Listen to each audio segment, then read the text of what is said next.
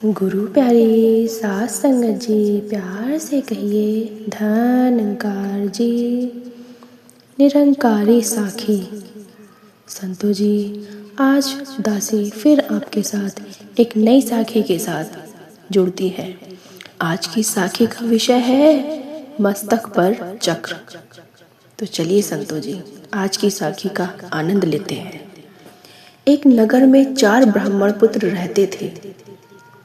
चारों में बहुत गहरी दोस्ती थी, लेकिन संतो जी चारों ही बहुत निर्धन थे और निर्धनता के कारण दूर करने के लिए चारों बहुत चिंतित रहते थे। उन्होंने अनुभव कर लिया था कि अपने साथ साथ रहना ठीक है, लेकिन जीवन व्यतीत करने के लिए हमें भारी से भारी, अच्छे से अच्छा कुछ काम करना होगा, जिससे हमारी ये निर्धनता दूर हो जाए और हम अपने जीवन में आनंद बिता पाए। तो संतों महापुरुषों जी, निर्धन व्यक्ति को सब अनादर की दृष्टि से देखते हैं। साथ के दोस्त भी, सारे रिश्तेदार भी, घर के इंसान भी, सभी उससे किनारा कर लेते हैं। आज के इंसान में तो अपना पुत्र ही अपने पिता से मुख मोड़ लेता है जब उसे पिता से कुछ नहीं मिलता। तो पत्नी भी उससे अलग हो जाती है अगर उसका पति उसे कुछ अच्छा धन कमा कर ना दे। यही प्रकार है संतो जी, ये कलयुग ऐसे ही चल रहा है। धन हो तो कायर भी वीर हो जाता है, कुरूप भी सुरूप कहलाता है और मूर्ख भी पंडित बन जाता है। यह सोचकर उन्होंने धन कमाने के लिए किसी दूसरे देश को जाने का निश्चय किया। उन्होंने सोचा कि हम इस देश को छोड़कर चलते हैं, किसी दूसरे देश में जाकर अच्छा पैसा कमाएंगे। अपनी जन्मभूमि से विदा ली और विदेश यात्रा के लिए निकल पड़े। चलते चलते वो शिप्रा नदी के तट पर पहुंचे। वहां नदी के शीतल जल में स्नान करने के बाद महाकाल को प्रणाम किया। थोड़ी दूर आगे जाने पर उन्हें एक जटाजूट धुआंधारी योगी दिखाई दिए। इन योगी राज का नाम भैरवानंद था। योगी राज इन चारों नौजवान ब्राह्मण पुत्रों को अपने आश्रम में ले गए और उनसे प्रवास का प्रयोजन पूछा। चारों ने कहा, हम अर्थ सिद्धि के लिए यात्री बने हैं।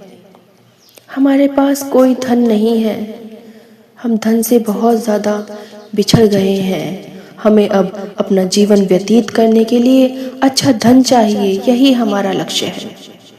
अब या तो धन कमा कर ही लौटेंगे या मृत्यु का स्वागत करेंगे।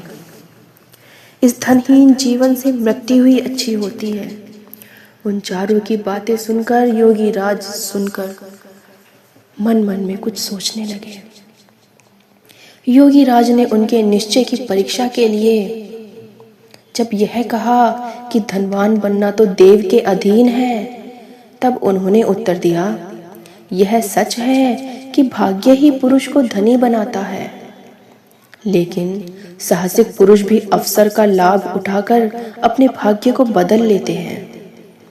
पुरुष का पौरुष कभी कभी देव से भी अधिक बलवान हो जाता है।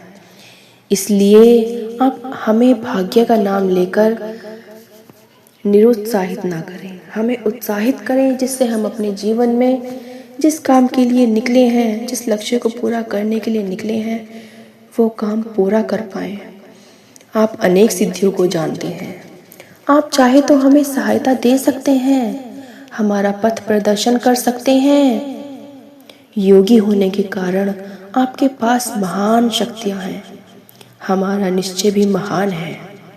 महान ही महान की सहायता कर सकता है संतो जी। भैरवानंद को उनकी दृढ़ता देखकर प्रशंसा हुई। प्रसन्न होकर धन कमाने का एक रास्ता बतलाते हुए उन्होंने कहा, तुम हाथों में दीपक लेकर हिमालय पर्वत की ओर जाओ। वहां जाते जाते जब तुम्हारे हाथ का दीपक नीचे गिर पड़े तो ठहर जाना। जिस स्थान पर दीपक गिरे उसे खोदो, वहीं तुम्हें धन मिलेगा।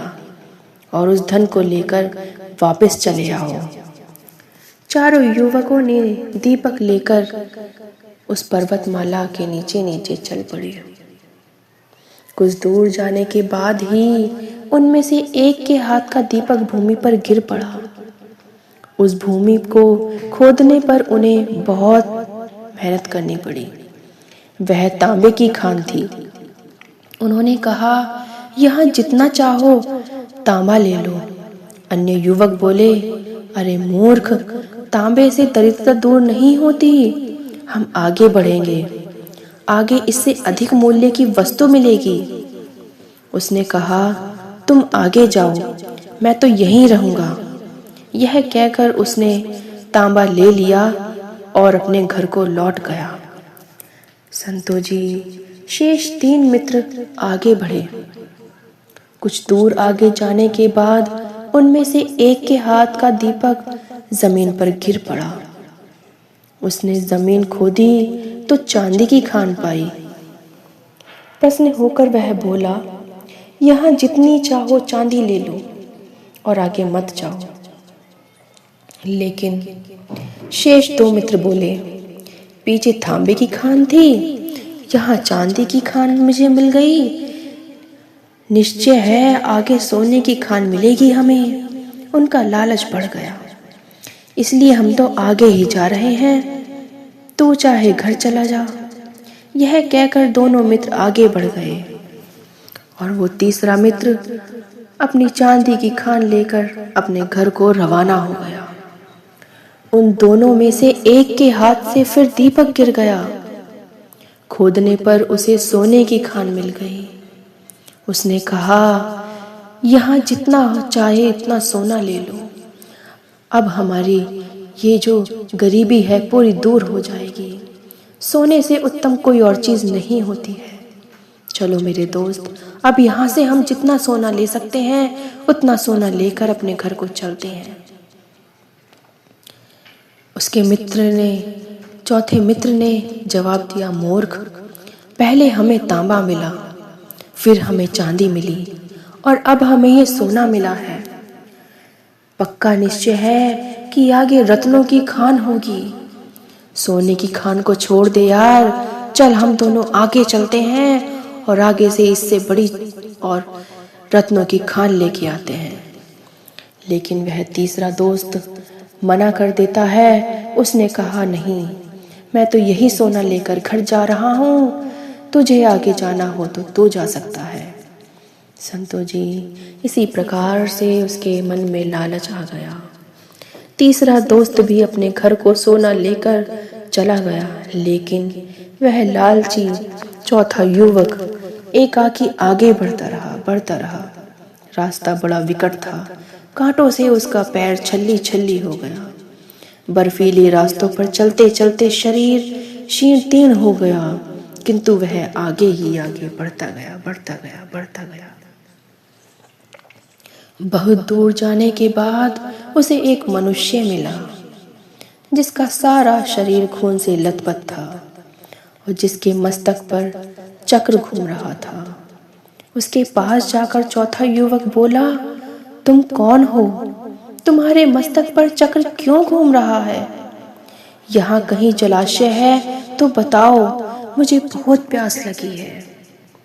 यह कहते ही उसके मस्तक का चक्र उतरकर उस ब्राह्मण युवक के मस्तक पर लग गया और युवक के आश्चर्य की सीमा न रही। उसने कष्ट से कहराते हुए पूछा, यह क्या हुआ? यह चक्र तुम्हारे मस्तक से छूटकर मेरे मस्तक पर क्यों लग गया है? तो संतो जी उस अजनबी मनुष्य ने उत्तर दिया, मेरे मस्तक पर भी यह इसी तरह अचानक लग गया था। अब यह तुम्हारे मस्तक से तभी उतरेगा जब कोई व्यक्ति धन के लालच में घूमता घूमता यहाँ तक पहुँचेगा और तुमसे बात करेगा। युवक ने पूछा, यह कब होगा? तो अजनबी इंसान बोला, अब कौन राजा राज्य कर रहा है?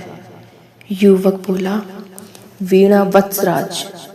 अजनबी, मुझे काल का ज्ञान नहीं है। मैं राजा राम के राज्य में दरिद्र हुआ था और सिद्धि का दीपक लेकर यहाँ तक पहुँचा था। मैंने भी एक और मनुष्य से यही प्रश्न किए थे जो तुमने मुझसे किए हैं।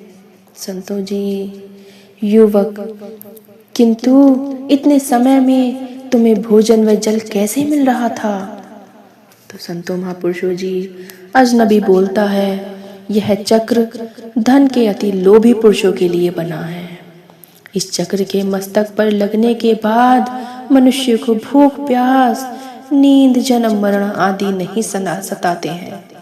केवल यह चक्र उसके माथे पर घूमता रहता है और उसे सताता रहता है और वह व्यक्ति अंतकाल तक कष्ट भोगता रहता है। यह कहकर वह ब्राह्मण वहां से छुटकर अपने रास्ते को चला गया और वह चौथा दोस्त अपने कर्मों की सजा भुगत रहा है। इसी प्रकार से संतों जी, ये लालच जो होता है, ये मस्तक पर चक्र जो लगा देता है हमारे, ये लालच बहुत बुरा होता है। इसी प्रकार से हमें ये समझाया जाता है कि मनुष्य, जो तुझे मालिक की इच्छा से मिला है, उसे मालिक की इच्छा से परवान कर और अपने जीवन में जितना तू खुशी खुशी रह सकता है, उसे अपनी मर्जी से नहीं, इस सतगुरु की मर्जी से इसका शुक्राना करते करते अपने जीवन में अच्छे से जीवन बिताते चले जाओ। संतों जी, जीवन बताते चले जाओ। संतों महापुरुषों जी, जब हमारा जन्म ही हमारी मर्जी से नहीं होता, जब हमारा जन्म ही हमारी मर्जी से नहीं होता और मरण भी हमारी मर्जी से नहीं होता, तो इस जन्म मरण के बीच में होने वाली सारी व्यवस्थाएं हमारी मर्जी से कैसे हो सकती हैं, कैसे हो सकती हैं। इसलिए कर्म करो संतों, बाकी फल की चिंता ना करो। सब इस निरंकार मालिक पर छोड़ दो, सब इस निरंकार मालिक पर छोड़ दो। नेकियां करते रहिए संतों जी, क्योंकि ये हमारा जीवन सुरक्षा निधि है। हमारे जीवन में जब भी कभी तूफान आएगा, ये नेकियां ही हमारी कश्ती का काम करेंगी संतों जी, कश्ती का काम करेंगी। मुट्ठी भर बीज बखेर दो तो दिलों की जमीन पर बारिश का मौसम आ जा रहा है। कभी दूसरे जीवों को दुख देने वाली या उनको परेशान करने वाली बात नहीं कहनी चाहिए। इसी को भगवान वाणी की तपस्या कहते हैं। वाणी की सबसे बड़ी तपस्या यह है कि हम अपनी वाणी से सदा परमात्मा के गुणगान करें, उनका ही नाम ले संतों महापुरुषों जी, उनका ही नाम ले। जो मनुष्य सेवा, सिमरन, सत्संग करने लगता है, धीरे धीरे उसके सारे पाप कटने लगते हैं और वह मनुष्य दुखों से उबर जाता है संतों जी, दुखों से उबर जाता है संतों महापुरुषों जी। संतों महापुरुषों जी, दासी की साखी आपको अच्छी लगे तो दासी के चैनल को लाइक, शेयर, सब्सक्राइब ज़रूर कीजिएगा संतों महापुरुषों जी।